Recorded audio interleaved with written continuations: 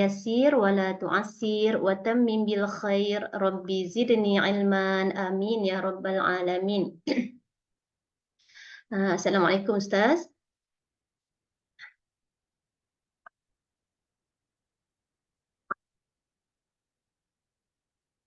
Assalamualaikum warahmatullahi wabarakatuh, Kak. Ya, teruskan, Kak.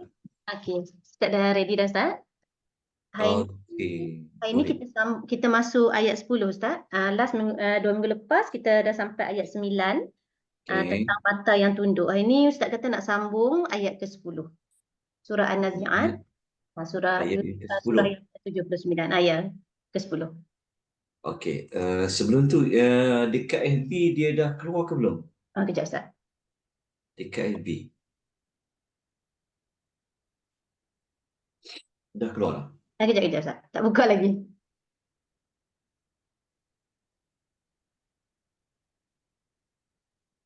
Okey Ustaz. Ada. Oh, dah ada dah? Ada. Oh, macam saya punya tu dia tak betul. Okey.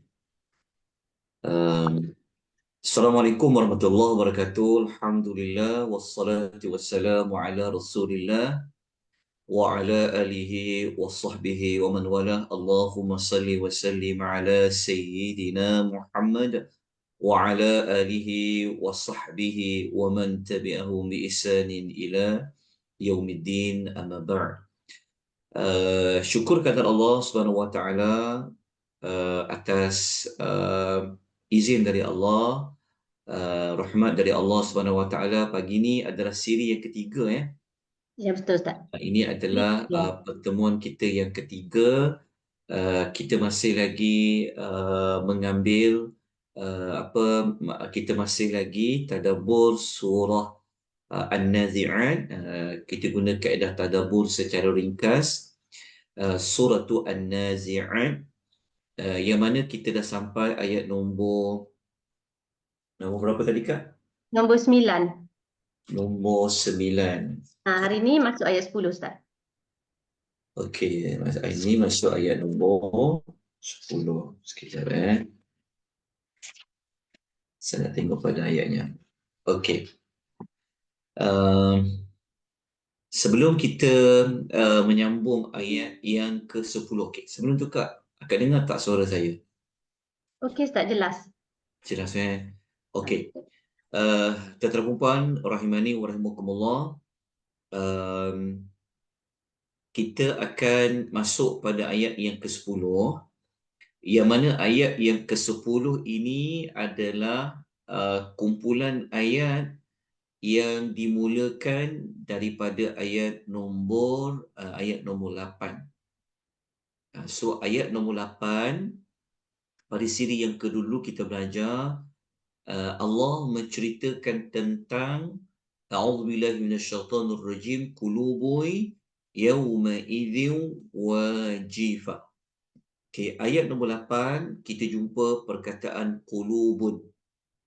Qulubun bermaksud hati-hati. Maksudnya dia adalah bilangan banyak bagi qalbun, hati-hati pada hari itu berada dalam keadaan yang sangat takut, wajifah, sama macam khaifah.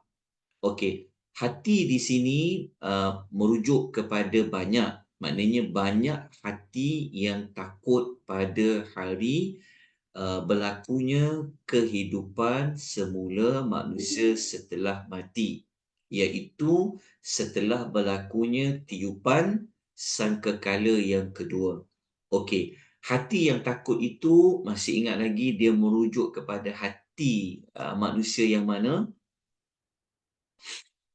Merujuk kepada manusia Yang tidak beriman tu Ustaz, yang dicabut nyawa dengan kasar. okey. Hati dekat sini dia menunjukkan banyak.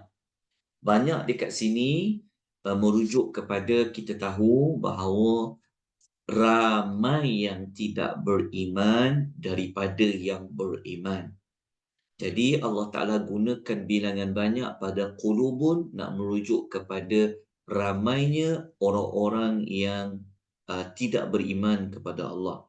Hati di situ adalah hati manusia yang mengingkari hari kehidupan semula setelah mati. Ini adalah lanjutan daripada apa yang telah kita bincangkan pada surah An-Naba. Okey. Kemudian selepas hati sudah takut, maka impaknya akan membawa kepada pandangan mata, iaitu absaruha khashi'ah.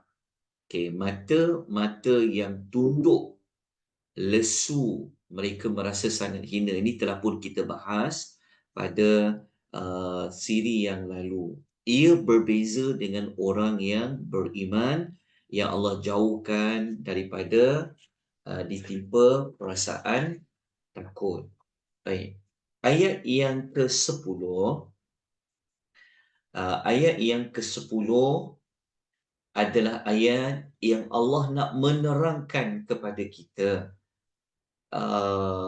apa penyebab kepada hati-hati manusia pada hari itu menjadi takut, dan apakah penyebab kepada mata-mata mereka ini menjadi tunduk.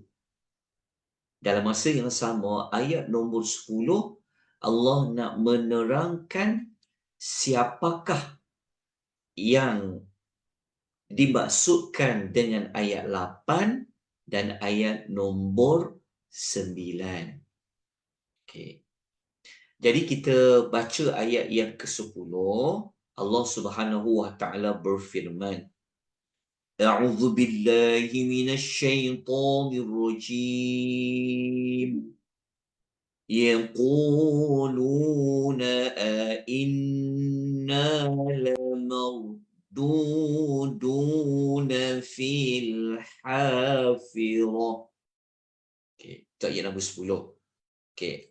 Erti ayat nombor 10 ini, kalau kita baca terjemahannya,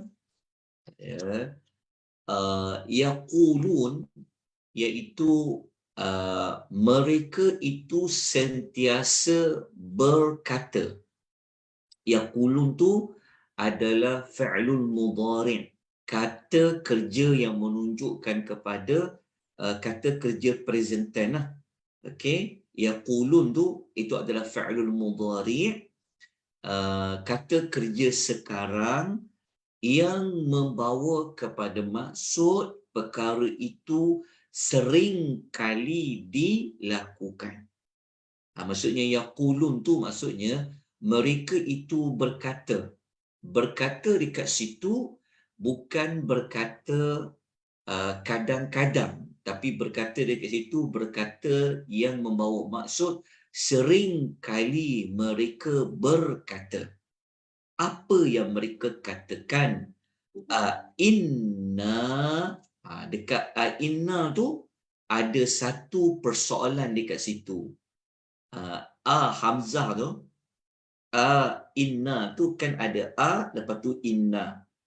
Hamzah dekat situ adalah merujuk kepada istifham, iaitu merujuk kepada persoalan, pertanyaan.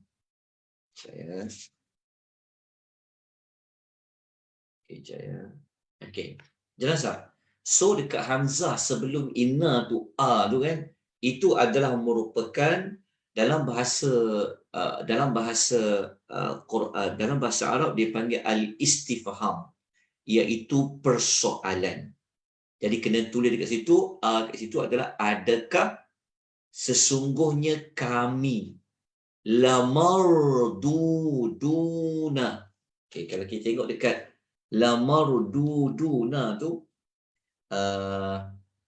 adakah kami, la tu maksudnya penegasan ya. La dekat situ merujuk kepada makna benar-benar. Marduduna akan dikembalikan. Okey. Kami semua ni adakah dikembalikan, benar-benar dikembalikan fil hafirah, pada kehidupan yang semula, pada kehidupan yang pada kehidupan yang baru. Okay. Betul ke kasih terjemahan dia? Terjemahan yang kita tahu punya apa? Terjemahan yang ada dalam PowerPoint. Ya, yang dalam Kak Izaminya, orang-orang kafir berkata, apakah benar kita akan dikembalikan ke kehidupan yang dahulu? Tapi itu dia ada nota kaki, iaitu setelah orang-orang kafir mendengar adanya hari kebangkitan setelah mati, mereka berasa hairan dan mempersendakannya kerana menurut keyakinan mereka tidak ada hari kebangkitan itu. Itulah sebabnya mereka bertanya. Okey. Maksudnya dekat situ yang kita perlu ambil penekanan iaitu mereka bertanya dekat situ, bertanya bukan sekali-sekala ya, bertanya yang sering kali. Sebab itu ada perkataan yaquluna. Okey. Kemudian dekat situ kita jumpa mereka ini dekat situ ada dua penegasan ya. Ada dua penegasan dekat inna. Inna tu penegasan pertama iaitu sesungguhnya. Penegasan yang ketiga dekat huruf la tu.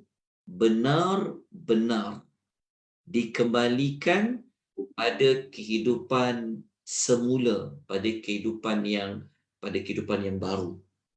Okey dah. Okey, apabila dah take note maklumat tu, okey dah dapat. Okey. Pertanyaan dekat situ sebenarnya adalah pertanyaan yang berfungsi untuk mengingkari. Kena tulis kat situ. Pertanyaan yang berfungsi untuk mengingkari. Mengingkari apa? Akan kehidupan kembali setelah mati. Dia punya cara mengingkari tu bukan mengingkari macam mengingkari yang tak kuat, tapi mengingkari tu sangat kuat. Kenapa kita kata mengingkari yang sangat kuat? Kerana ada dua penegasan dekat situ yang kita sebut tadi itu. Ingat tak? Inna dengan la mardudu tu.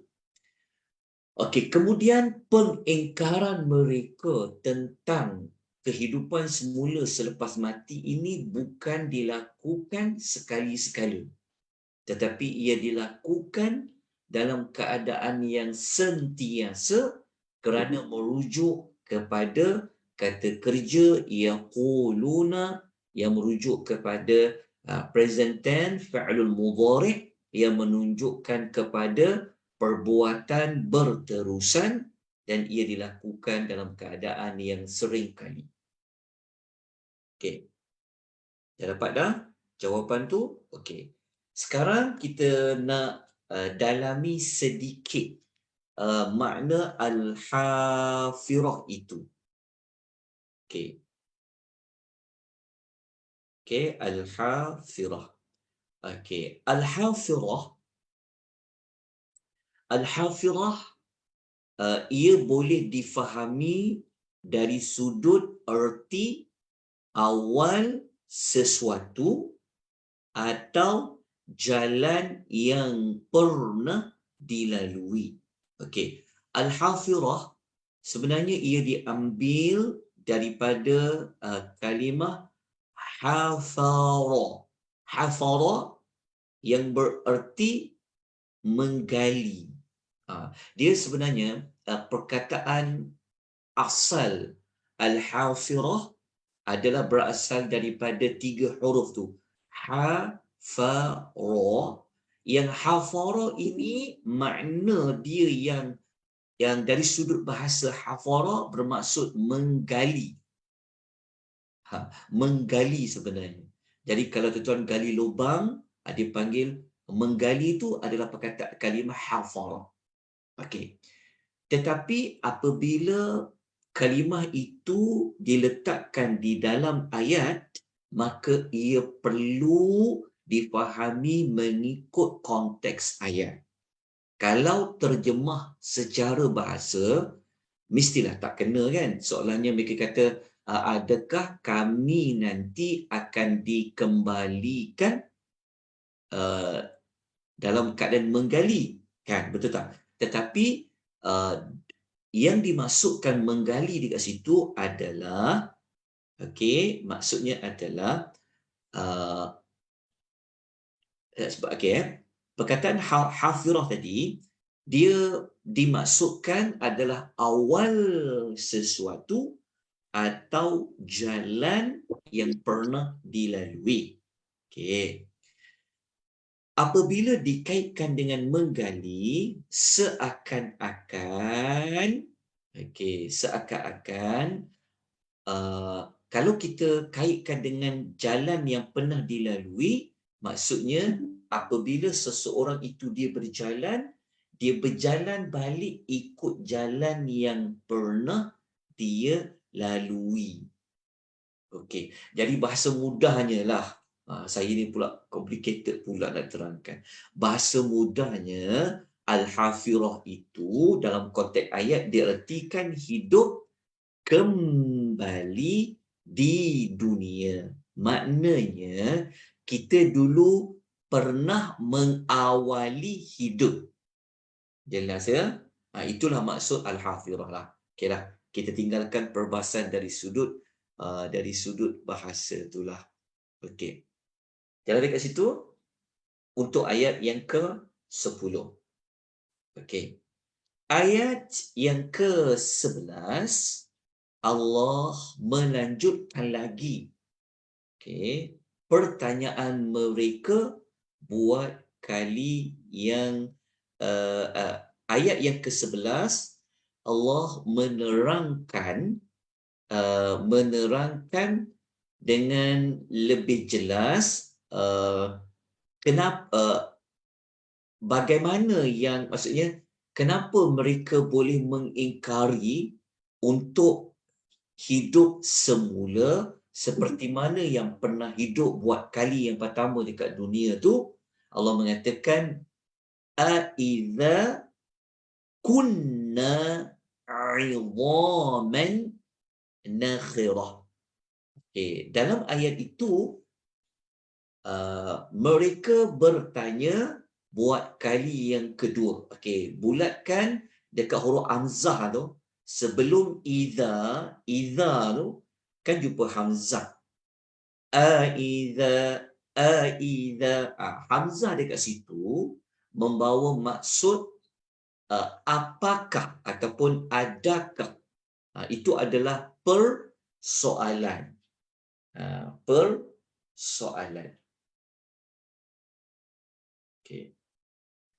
Persoalan dekat situ adalah fungsinya sama macam persoalan ayat nombor 10, iaitu tujuannya adalah untuk mengingkari kehidupan setelah mati. Dan pertanyaan mereka dekat sini lebih lanjut lagi, mereka rasa apa?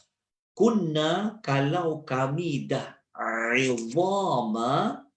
izama iaitu menjadi tulang belulang yang apa? Nakhirah, yang hancur lumat.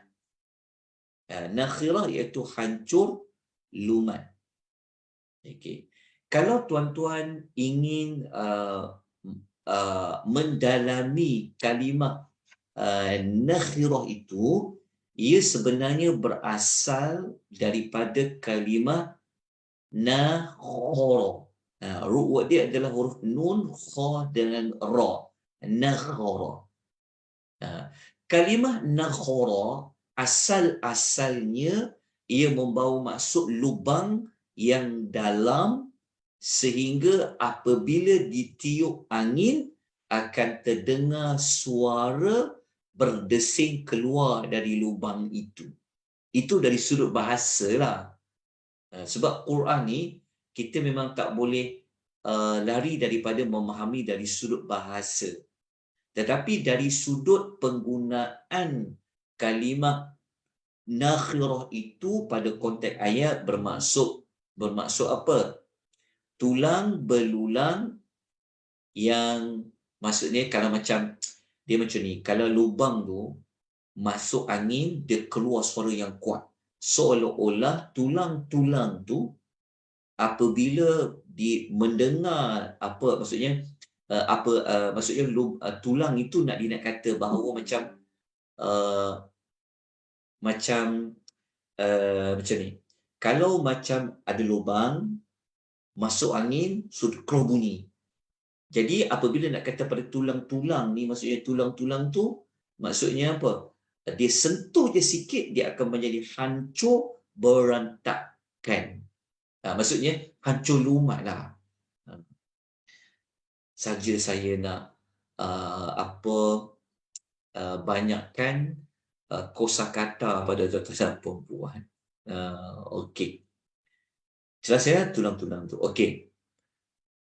Ayat nombor 11 ini kita mendapati bahawa mereka ini bukan mengingkari tahap skala 2 ke 3. Memang mereka mengingkari ni tahap gaban lah.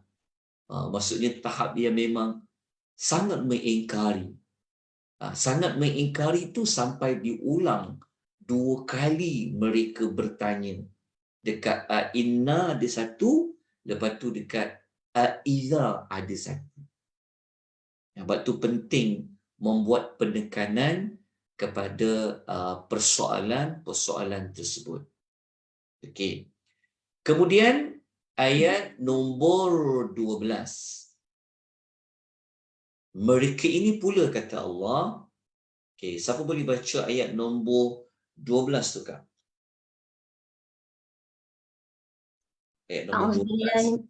أعوذ بالله من الشيطان الرجيم قالوا تلك إذا كرة خاسرة.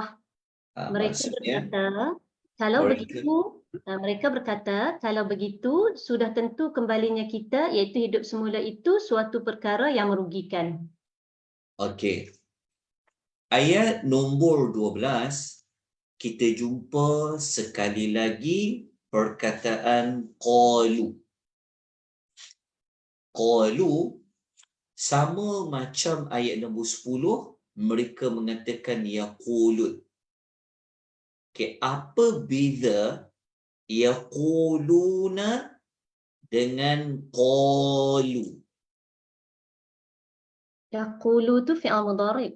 Okey, kalau qalu fi'al madhi, Ustaz. Fi'al madhi. Okey, bahasa Melayunya perkara yang telah lepas, past tense. Okey. Dekat sini kita dapati Allah kata qalu, mereka telah berkata. Berbeza dengan ayat 10, mereka sering kali berkata dengan bertanya. Okey. So dekat ayat nombor 12 ni, kenapa Allah maksudnya apakah munasabahnya mereka berkata dekat ayat nombor 12 ini menggunakan kata kerja telah lepas, past tense ataupun fa'ilul madhi pada qalu. Kan mesti ada sebab. Okey. Qalu dekat sini, kenapa Allah gunakan dia past tense? Okey. Menurut Ibnu Ashur, Allah menggunakan fi'lul mudhari' masa lampau, maksudnya apa? Perbuatan mereka duduk kata ayat nombor 12 tu, ia berlaku kadang-kadang. Sekali-sekala lah. Sekali-sekala mereka akan kata apa? Kalau macam tu, karatun khosirah. Boleh faham kan? Tapi kalau persoalan macam betul ke nanti kalau dah mati, betul ke nanti kita akan kembali hidup semula? Persoalan yang macam tu, ucapan yang macam tu, dia dilakukan sering kali. Nampak berbeza tak? Dua-dua tu. Jelas Okey. Boleh faham kan? Okey. Dan tambah satu lagi. Dekat yaqulun dekat situ, ayat nombor 10 tu, mereka bertanya itu tujuannya mengingkari. Seperti saya sebutkan tadi, manakala ayat nombor 12, mereka berkata, qalu tilka idzan qarratun khasirah, tu kan kadang-kadang kan sebenarnya adalah tujuannya adalah untuk mengejek. Ayat 12 tu adalah dijadikan sebagai ejekan. Kalau ayat nombor 10, pengingkaran. Pengingkaran dia ada perbezaan dengan ejekan. Faham Sebab itu mereka ni sekali-sekala mereka ejek. Tetapi yang selalu mereka buat, mereka mengingkari. Itu ayat nombor 10. Okay, dapat beza tak ayat nombor 10 dengan ayat nombor 12? Okay, maklumat ini saya ambil ulasan ini dalam Tafsir Al-Misbah. Ada disebutkan dalam tafsir itu ulasan Ibnu Ashur. Okay. Apa makna karratun khasirah tadi itu? Kita terjemahkan sebagai apa? Suatu pengembalian yang merugikan. Okay, apa maksud ayat tu sebenarnya? Apa maksud ayat tu merugikan? Okey, mereka mengejek dengan mereka mengejek merugikan tu. Maksud dia macam mana tu? Faham tak maksud ayat tu? Maksud dia mereka nak cakap macam ni. Mereka ejek macam ni. Dia kata, dia soalan macam ni, dia kata alah kalau kalau kiamat tu jadi, kami jadi orang yang rugilah. Maksudnya mereka ni nak mendakwa bahawa mereka ni mulia. Dekat dunia mereka dah mulia, mereka kaya raya. Jadi kalau Allah jadikan kiamat tu diberi pembalasan, so kami akan jadi hina lah ya. Kami akan jadi orang yang rugi ke? Tahu tak bahasa dia? Dia sama, dia okey. Kenapa mereka mengejek macam tu? Kerana kita sebut tadi, kerana mereka merasa dekat dunia ni Tuhan tak apa-apakan diorang pun.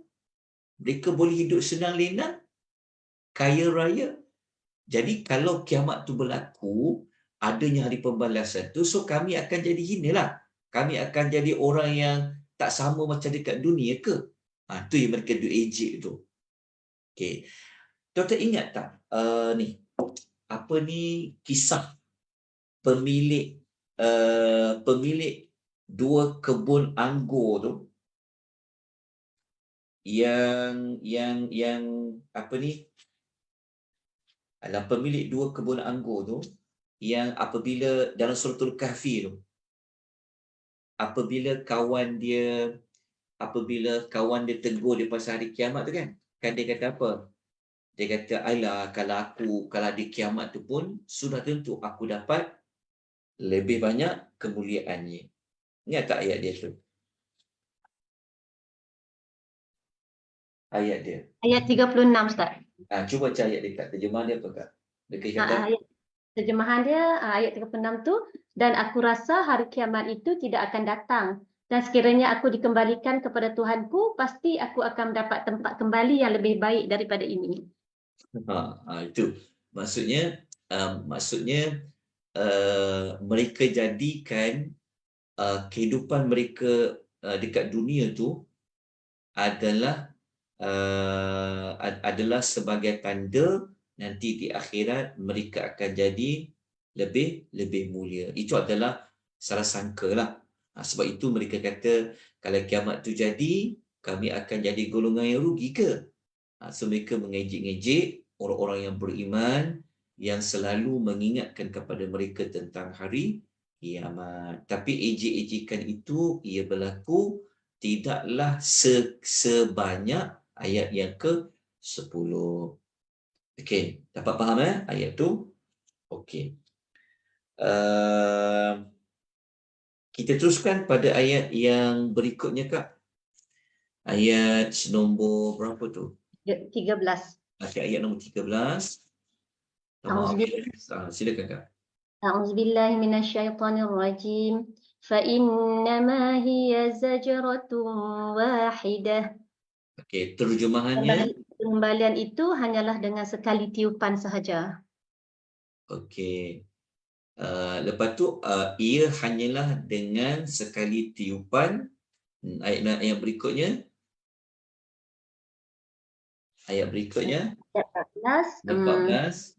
أعوذ بالله من الشيطان الرجيم فإذا هم بالساهرة. Mereka serta-merta mereka hidup kembali di muka bumi yang putih dan rata. Putih dan Rata. rata. Okey. Okey. Ayat nombor 13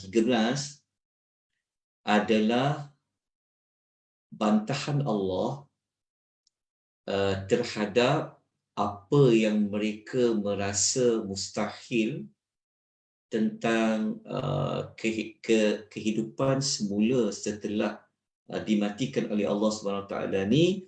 Maka Allah nak bagi tahu kekuasaan Allah ni mudah je kan. Sekali sahaja, wahidatan tu maksudnya sekali.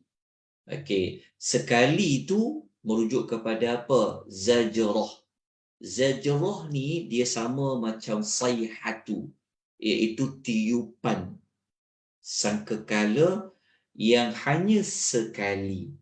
Okey, tiupan yang sekali ni, zajratu wahidah ini adalah merupakan tiupan yang kedua untuk menghidupkan orang yang telah mati. Faham Maknanya tiupan kedua lah untuk menghidupkan orang yang mati. Tuhan kata, oh kau seringkali sangat mengingkari Tuhan kata, alah nak hidupkan korang balik semua ni, senang je. Sekali tiup je. Tapi tiupan kat situ merujuk kepada tiupan yang kedua. Okey. So, selepas tiupan yang kedua, apa yang berlaku kepada mereka? Fa'idhahum bisahirah. Okey. Lalu mereka akan berada di padang yang luas. Sahirah tu maksudnya adalah apa? Adalah bumi yang digunakan tempat untuk dikumpulkan semua manusia. Orang selalu sebut padang mahsyar kan. Mahsyar tu maksudnya tempat pengumpulan. Betul lah. Iaitu bisahirah. Sebab tu perkataan sahirah, dia sebenarnya perkataan sahirah ni asal dia adalah diambil daripada kalimah as-saharu, sin ha ra, sahar. Sahar ni sebenarnya makna dia awal-awal adalah makna apa? Tidak tidur malam. Tidak tidur malam. Kenapa hari tempat yang nak dikumpulkan manusia ni digunakan tempat seperti orang tidak tidur malam? Sebab itu tidak tidur malam ni maksudnya apabila dipakai pada konteks ayat tu, maksudnya adalah biasanya orang kalau dia tidur kat padang pasir yang terbuka, dia tak akan dapat tidur lena. Sebab apa? Sebab dia takut kan, ada haiwan datang terkam dia ke. Faham tak? Sebab itu makna sahirah ni dia merujuk kepada permukaan bumi atau padang pasir yang luas. Kenapa saya nak terangkan? Sebab macam ni. Orang Arab ni, kan Quran turun bahasa Arab kan? So mereka ni, Allah dia akan gunakan orang Arab ni dia akan faham, maksudnya dia akan faham kalimah bahasa mereka dan konteks ayat tu. Macam kita faham selapis je kan. Yang kita faham Sahirah tu, akan sebut tadi apa? Bumi yang putih. Apa? Bumi yang putih dan rata. Bumi yang putih dan rata kan. Beza kan. Kalau difahami, ia sebenarnya adalah umpama padang pasir yang luas ataupun permukaan bumi. Jadi orang Arab ni dia memang, kita tahu kan keadaan dia, padang pasir dia kalau macam kita. Jadi apabila Allah kata mereka nanti dihidupkan dengan sekali tiupan tu, mereka akan berada seperti di padang yang luas dalam keadaan mereka tak dapat nak tidur malam. Maksudnya Tuhan nak kata hari kiamat tu hari akan mencelikkan mereka semua. Okay, itu dari sudut bahasa lah. Okay, cuma Sahirah ni kita kena ambil makna yang umum. Dia tidak ada makna yang khas. Maksudnya sebab ada pendapat kata Sahirah ini adalah nama tempat yang dikenali di muka bumi. Ada yang kata Sahirah tu merujuk lokasi yang ada di Syam. Ada yang kata Sahirah ini adalah sebuah bukit yang menuju ke Baitul Maqdis lah. Ada yang kata Sahirah ini adalah neraka Jahannam. Ada juga. Tetapi pendapat yang lebih tepat, Sahirah ini adalah maksudnya adalah bumi padang yang luas secara umum. Kita tak tahu tempat spesifiknya di mana. Itu di padang mahsyar tu di mana. Okay. Wallahu ta'ala a'lam. Itulah ringkasan yang dapat saya kupas. Kita sama-sama dapat manfaat pada potongan ayat nombor 10 sehinggalah ayat nombor 14. Okay. So apa yang kita dapat pelajari daripada maklumat tersebut? Antaranya kita dapat pelajari dekat sini, memang orang kafir musyrikin ini, mereka ini memang mengingkari tentang hari pembalasan lah. Okay.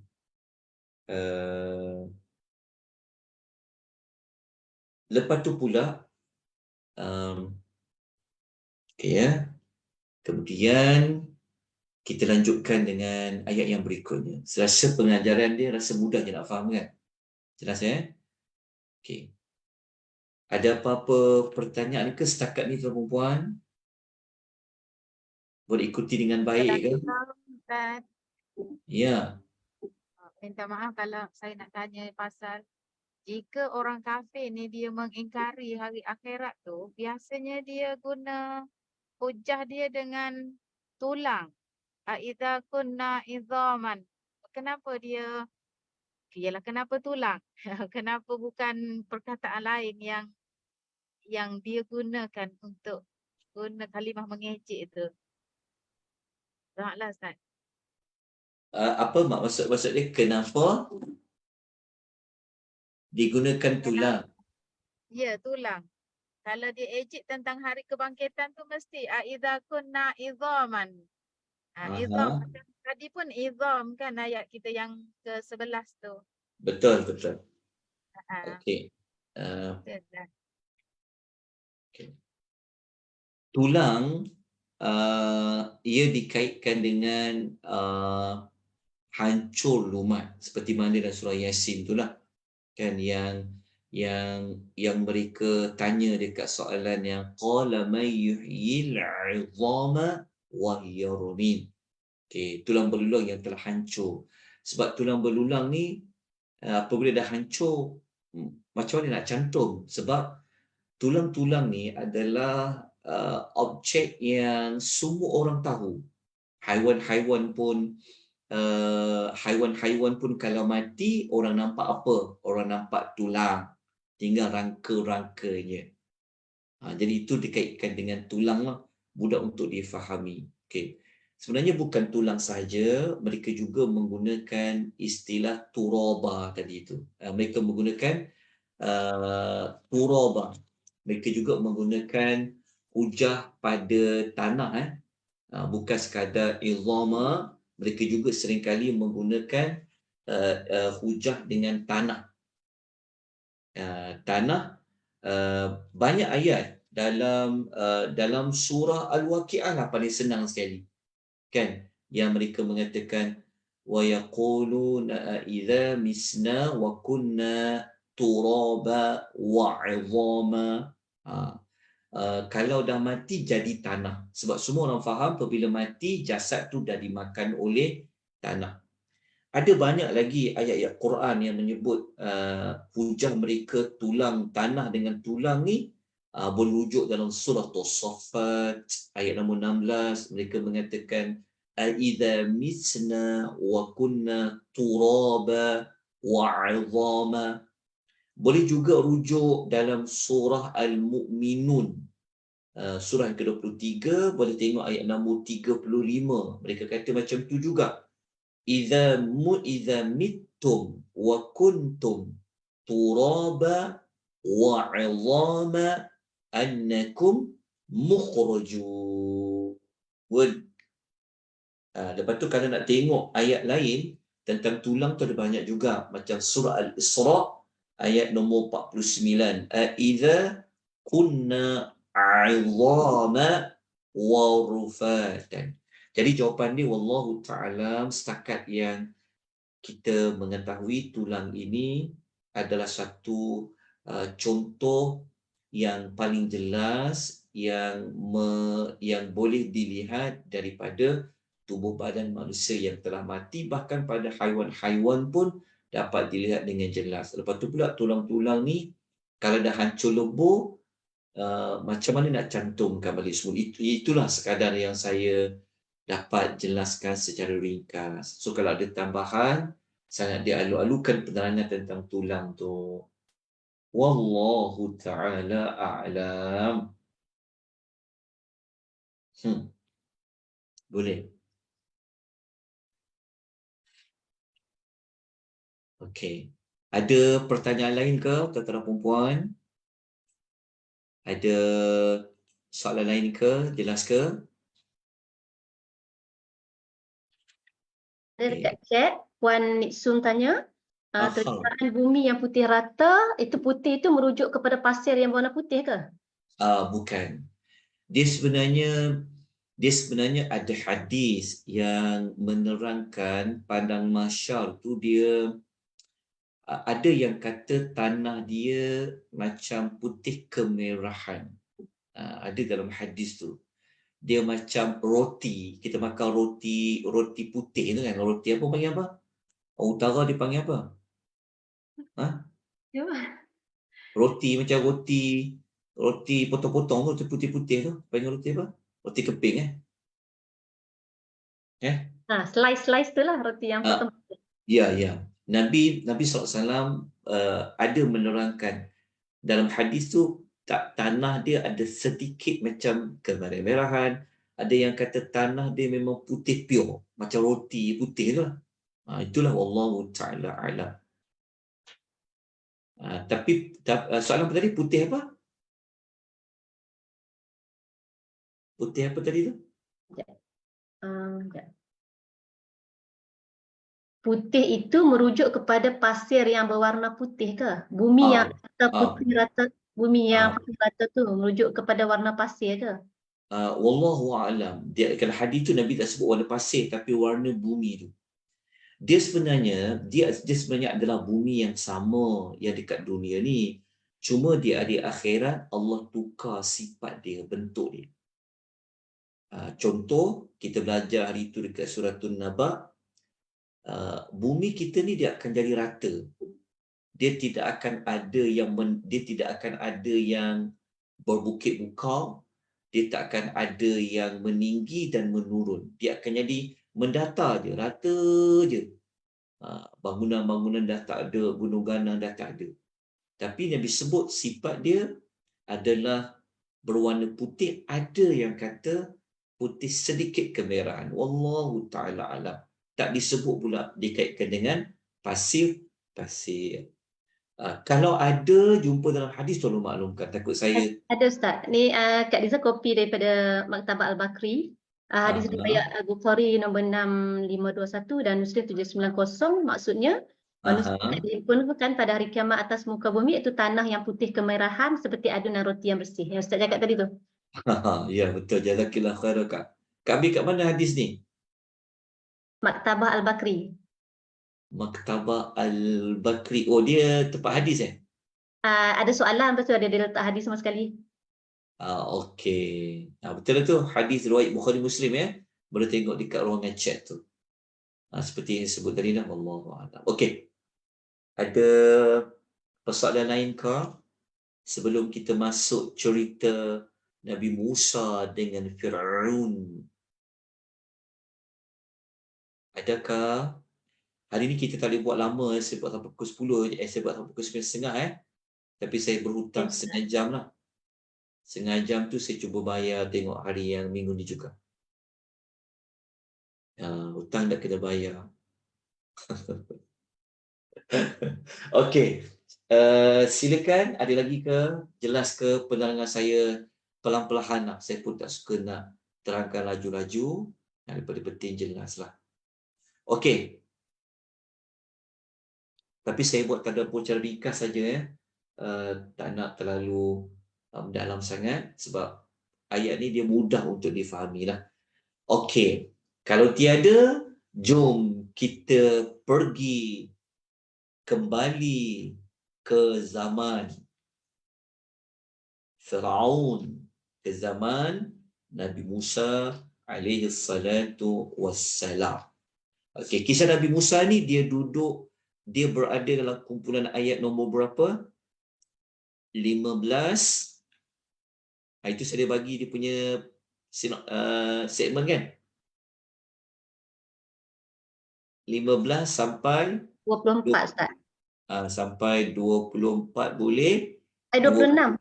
Sampai 26. 26. Okey.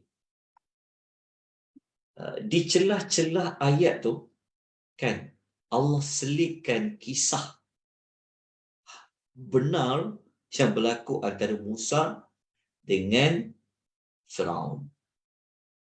Ingat lagi saya pernah sebut sebelum ini pada permulaan siri pertama, apakah di antara kemunasabahan perletakan kisah Nabi Musa ini di dalam surah An-Nazi'at. Ingat lagi?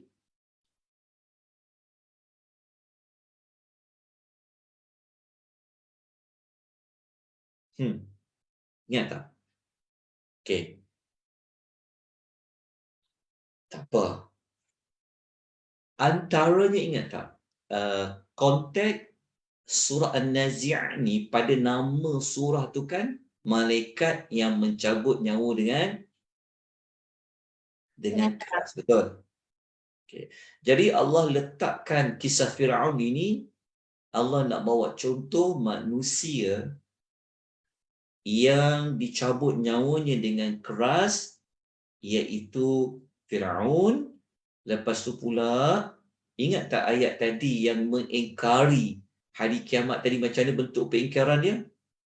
Bertanya sampai 2 kali, lepas tu pula sering bertanya. Jadi Allah letakkan kisah Fir'aun dekat sini adalah nak membawa contoh sebenarnya orang yang mengingkari secara teruk ni pada zaman dulu macam Fir'aun. Macam tu. Seolah-olahnya Allah Ta'ala nak padankan perangai orang kafir musyrikin kepada Nabi Muhammad ni, pengingkaran mereka tu sama macam perangai Fir'aun dulu yang mengingkari Nabi Musa alaihi salatu wassalam. Lepas tu pula kisah Fir'aun ni dengan Bani Israel ni saya sebut ulasan Al-Biqai, Al-Imam Al-Biqai, dia kata cerita Musa dengan Firaun ni, dia boleh jadi sebagai contoh kecil macam hari kiamat. Faham tak? Maksud dia macam ni.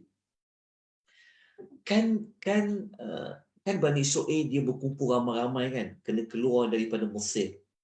Lepas tu dia dikejar juga beramai-ramai oleh Firaun dengan tenteranya. Tapi akhirnya matilah Firaun tu. Dia umpama macam pengumpulan lah, dikejar, akhirnya binasa. Itu ulasan pendek daripada Al-Imamu Al-Biqai.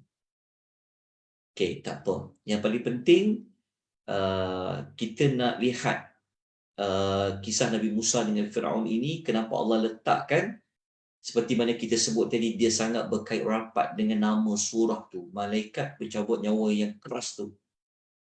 Kenapa? Apa yang Firaun dah buat sampaikan Allah menyesuaikan ceritanya itu diletakkan dalam surah An-Nazi'at. Okay, kalau nak tahu ayat yang permulaan dia, cuba tengok ayat nombor 20. Tengok ayat nombor 20. Bukan ayat nombor 20. Ayat nombor 24. Ayat nombor 24. Terlebih dulu tengok untuk dapat jawapan. Peletakan kisah Nabi Musa ni ada kaitan dengan jahatnya Firaun ni. Cakap apa? Faqala ana rabbukumul a'la. Dia kata, dia cakap, dia buat announcement, dia bagi tahu kepada semua orang yang dia telah kumpulkan. Dia kata, aku rabbukum, Tuhan kamu yang maha tinggi. Jadi ucapan tu kita kata ucapan syirik yang kita kata paling teruk lah. Syaitan pun tak mengaku, Iblis pun tak mengaku dia Tuhan kan. Tapi Firaun dia sanggup. Jadi sangat sesuai dengan nama surah itu, malaikat yang mencabut nyawa dengan keras itu, maka sangat sesuai dengan dengan kekufuran Firaun yang mengaku menjadi Tuhan. Itu jawapan ringkas dari sudut relevan peletakan kisah Nabi Musa dalam surah An-Nazi'at. Okey, kita bacakan ayatnya. Jom. Permulaan ayatnya. Silakan. Ayat nombor 15. Ada siapa nak baca ke? Ikutlah ada siapa yang nak baca ke, Azah ke, siapa? 15, Aisyah 16. ke? Ibu Zaitun ada ke? Tak ada. Kak Izzah kena baca kan? Okey. Tak ada siapa nak baca? Apakah? Okey. A'udzubillahi minasyaitonirrajim. Hal ataka hadithu Musa.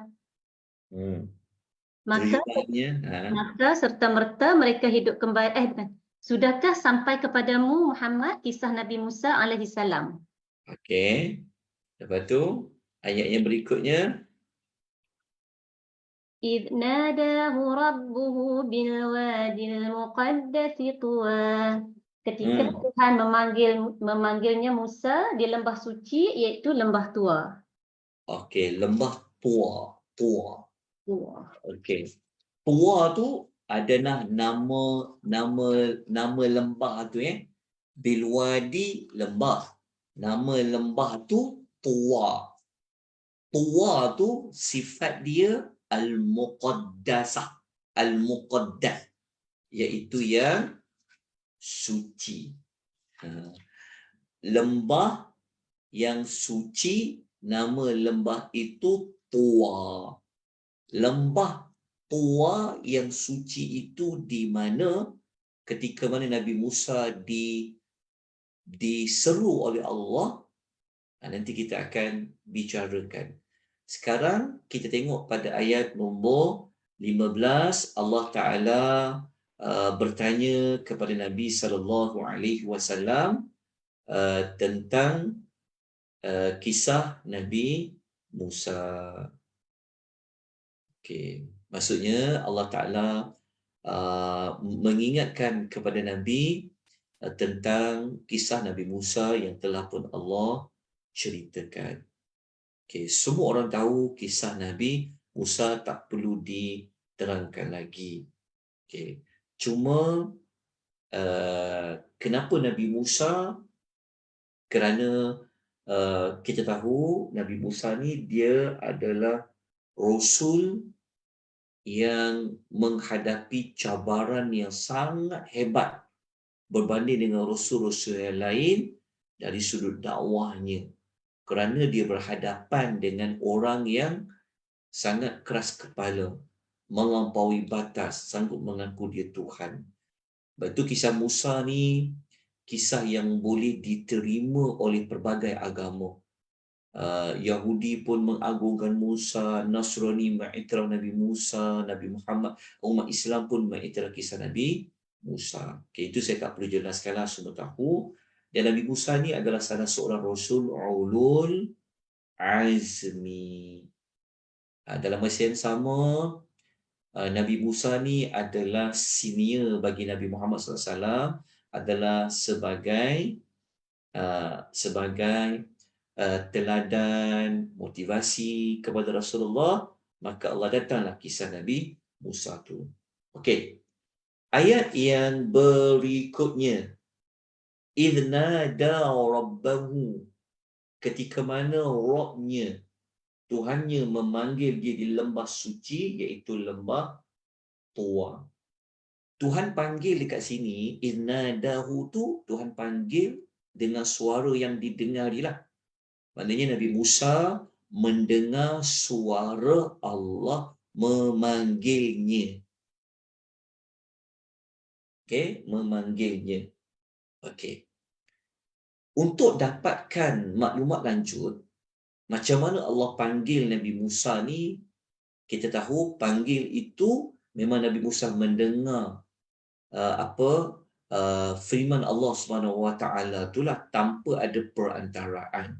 Dan kita tahu Nabi Musa memang dia seorang rasul yang dah berkata-kata dengan Allah Subhanahu Wa Taala secara langsung. Okey. Lanjutkan lagi, lembah Tua tu sebenarnya kat mana lembah Tua tu?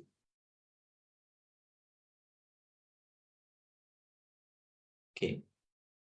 Lembah Tua tu dia berada di Gunung Tur Sina. Berada di atas Gunung Tur Sina.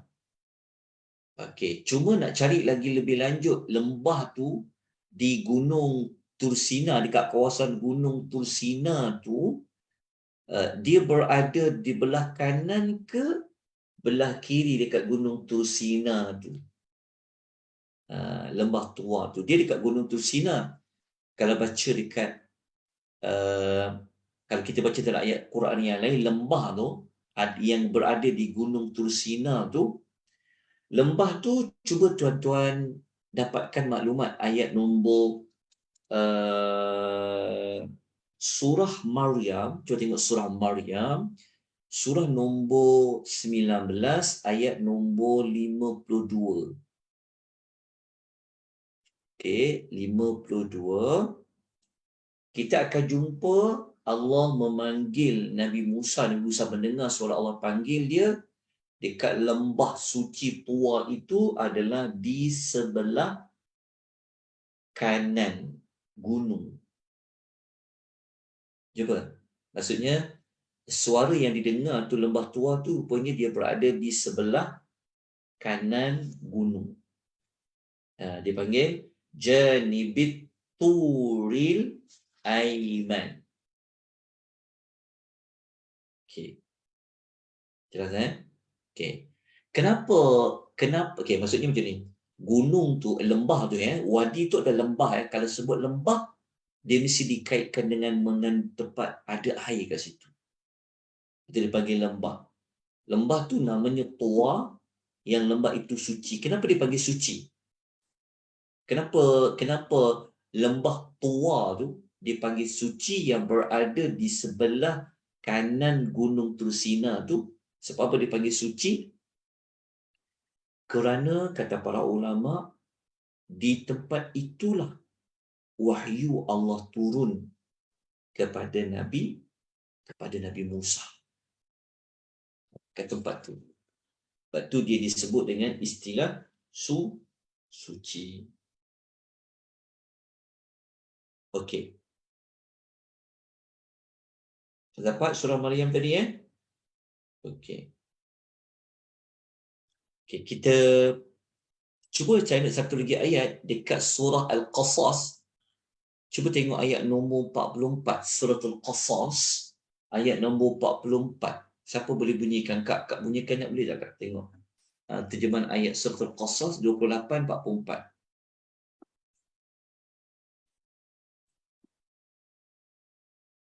Lembah Tua tu.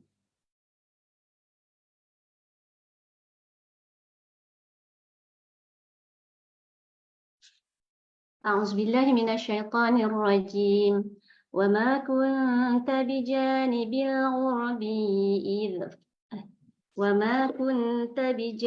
الغربي إذ قضينا إلى موسى الأمر وما كنت من الشاهدين. Dan engkau Muhammad tidak berada di sebelah barat lembah suci Tua, dan kami menyampaikan perintah kepada Nabi Musa alaihissalam dan engkau tidak pula termasuk orang-orang yang menyaksikan kejadian itu. Okey. Di sebelah apa? Barat Di sebelah barat. Ada di sebelah barat lembah suci Tua. Okey. Kalau kita tengok surah Maryam ayat 22 tadi tu, lembah, dekat situ ada air, dekat situlah tempat Nabi Musa menerima wahyu.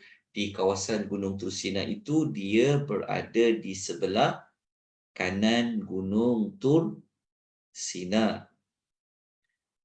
Tapi kalau orang tu dia datang, ada ulama mengatakan kalau dia datang daripada daerah Madian, dia akan berada, gunung tu dia berada di sisi utara lah. Tapi tak apalah, yang tu tinggalkan maklumat tu. Yang paling penting, lembah itu berada di sebelah kanan Gunung Tursina. Okey, Allah menyeru tu saya sebut tadi adalah Allah berkata-kata dengan Nabi Musa. Okey, kalau nak dapatkan ayat yang kuat lagi, Allah memang berkata-kata terus dengan Nabi Musa, kena ambil ayat surah An-Nisa 164. Surah An-Nisa ayat 164, wa kallamallahu Musa taklima. Okey. Jelas ya? InsyaAllah. Saya akan terangkan lagi 1 jam. Tapi saya carikan hari sama ada minggu ni. Minggu ni ada kosong lagi tak Kak? Hari apa yang ada kelas? Saya nak buat lagi 1 jam ni. Yang masih berbaki. Setengah jam. Masih berbaki. Nanti kami bincang balik dengan dalam grup. Setakat ni hari Jumaat sebab Ustaz Endang tak ada pagi. Ustaz apa tak ada? Ustaz Endang tak ada. Ustaz Endang dekat Madinah. Kalau macam tu, kita buat hari Jumaat ni pukul 9.30, 9.40. Kita ambil setengah jam je. Boleh? InsyaAllah. Kejap lagi Kak bincang balik dalam. Boleh So kita nak perincikan sedikit yang Gunung Tursina tu. Okey, bagaimana permulaan Allah berbicara dengan Nabi Musa tu. Kelas selawat Ustaz awal Kak Syida. Kelas selawat Ustaz. Kelas selawat saya kita buat 8.30. Lepas 8.30 sampai 9.30. Lepas tu teruslah kita buat kelas macam kelas biasa jemaah sana malam buat lah. Boleh Ustaz, insyaAllah. Okey, kita ambil lagi setengah jam. Okey. InsyaAllah kita jumpa lagi ya. Ada apa penambahan maklumat tak? Minta maaf kalau saya. Assalamualaikum warahmatullahi wabarakatuh.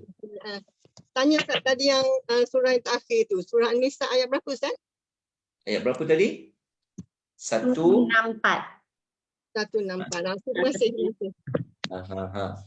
Wa kallamallahu Musa taklima. InsyaAllah kita jumpa lagi nanti ya. Minta maaf banyak-banyak atas kekurangan, kelemahan. Saya pun berada di luar sebenarnya ni. Okey, saya nak terus ke Kalajaya. Jadi itulah, moga-moga Allah memberikan jalan kepada kita. Aqulu qouli hadza wa astaghfirullahal azim. Assalamualaikum warahmatullahi wabarakatuh. Waalaikumsalam. Kak Liza. Jadi alhamdulillah, terima kasih Ustaz. Jazakumullah khairan Ustaz dan semua. Kita akhiri dengan tasbih kafarah. Subhanakallahumma bihamdika asyhadu an la ilaha illa anta astaghfiruka wa atubu ilaik wa a'udzu innal insana lafi khusr illa alladziina amanu wa 'amilus shalihat wa tawassaw bil haqq wa tawassaw bis sabr. Wa sallallahu ala nabiyyina Muhammad wa ala alihi wa sahbihi ajma'in walhamdulillahi rabbil alamin. Wassalamualaikum warahmatullahi wabarakatuh.